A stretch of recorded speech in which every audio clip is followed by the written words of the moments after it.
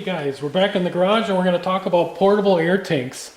Yeah, I know there's guys out there that haven't been there, done that, but this one does have a upgrade, so maybe, check it out. You might figure there's something might help you out. So portable air tank, excellent addition to any garage, any workshop, whatever. And why is that? Well, because it's a portable air tank.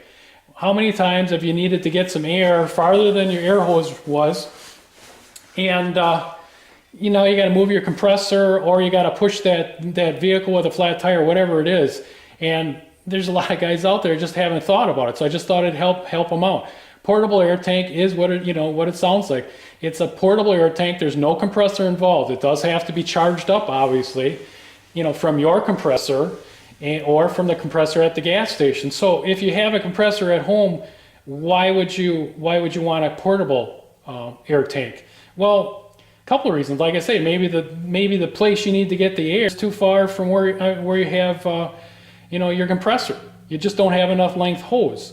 Or if you're like me, you realize, hey, I can run the hose out the door. Maybe it's too cold, and you don't want to do that because there's cold coming in. Plus, the hose is going to get all dirty. And there's no way I'm bringing that hose back in the garage all dirty. So I'm going to spend all the time wiping that hose off, winding it up nice and neat. And by the time I get done doing all that, I could have had the job done potentially with the portable air tank. So one of the things to consider, just one of the first important things to consider when looking to buy a portable air tank is size. How big a tank do I need? Basically, I say buy as big a tank as you're comfortable carrying. And this one's a 7-gallon, and I wouldn't go smaller than that. And if you can handle it, go bigger. Go to an 8, go to a 9, go to a 10. And if you want, the more the better, because you never have enough air when you need it. That's just how it is. The tire is always lower than you thought, or every tire, all 4 tires went down because the temperature dropped, and now you got to put 5 or 8 or however many pounds, and you never have enough air. So some of them you can make your own dolly for. You could buy an extra big tank, put it on your dolly if you already have a dolly. Some of them it comes with a dolly, some of whatever. So you got to get a rig for it. You can take it anywhere. So number one thing, get a tank. Consider getting one as big as you can handle. Second of all, the hose. Sometimes they come with a hose that isn't so great, and that's the upgrade, that's the retrofit to this tank that I just wanted to point out too. This is a Flexilla hose. I don't know if everybody's heard of those. They've been around quite a while now, and I haven't used their shop hoses, because mine are still in good shape, but the hose that came with this particular tank was really rigid and stiff, like a lot of them are. And you take this thing out in the weather, especially the cold, and you want that hose to be flexible. And being Flexilla, the thing is super flexible, it's super soft, and you could make knots with it, and eventually it's going to kink. But the fact is, it's still nice and flexible under any condition. And this was a kit. It came with everything I need. I don't remember if it came with the air chuck, but you can usually switch those from the old hose, or you might have to buy that separate, but it's still worth it. And the thing swivels too. You can turn the hose any way you want. So put the tank down and move the hose where you need it to go, and get into every angle, for every air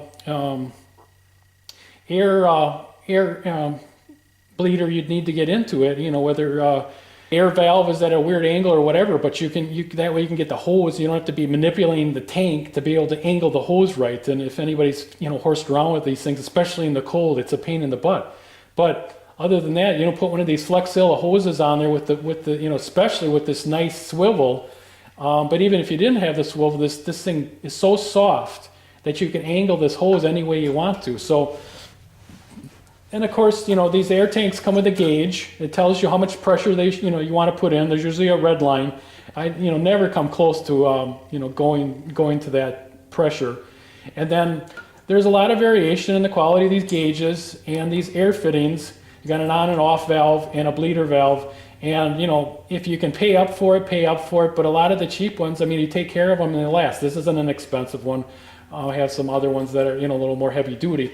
Make sure when you throw these things in the truck, watch out, don't bang this up, the valves and these gauges will snap off, especially in the cold. If you're going to get a lot of use out of these things, buy one with a cage around it or make your own cage. I think there's a couple of kits you can get that clamp on underneath where the fitting goes into the tank, and it'll protect some of this so that you don't knock it off. But just take care of them. Wipe these things down with some WD-40 or something like that. All the metal, and maybe use some of that 303 rubber and plastic protectant on some of the plastic parts on the hose, and you can get a long time out of these things. And they're just super handy. It's another one of those tools that if you don't have in the garage and you get it, you'll be like, well, what the heck was I doing without it? Because like I say, even if you have a compressor, and I do, I can't tell you how much more handy when I gotta run to the other building or run help a buddy that's got a low tire, out on the road, out on the highway, whatever. And this is what you're gonna grab. And it's a really handy tool. It's a lot nicer to be able to grab this and go charge up the kids' bikes, rather than sitting there with that hand pump or whatever, which those things go bad, looking at them. And it's a great addition that I think everybody should, consider. And I just thought maybe that'd be a helpful hint from the garage today. So I guess that's it. The only thing is you'll see this goofy little, where'd he go? This goofy little tie up here on top. And that's one of those gear ties. That's the actual brand. And that's a heavy duty twist them is what that is. And they come in all different sizes. So, for the guys watching this that haven't heard of those, check into that. Boy, to make things organized, whether you use that, I hold the hose on here on the handle. And I use it, you can use them on cords. You can use them on, whatever. And they're just really handy. They're a little overpriced, but, look at the different sizes, and sometimes they're on sale. And they're kind of by the zip strips and the twist. But they're a heavy-duty commercial twist tie. So, just thought a little thing since we were looking at this, I'd tell you what that goofy thing was sticking up there. So, like I say, it's a heavy-duty twist tie. It's just like a twist them on your bread. And you can reuse them 100 times. They eventually do break, but you can get a lot of use out of them. So the portable air tank, that's my tip from the garage today. I can't imagine living without one anymore. So just thought I'd let you know about that.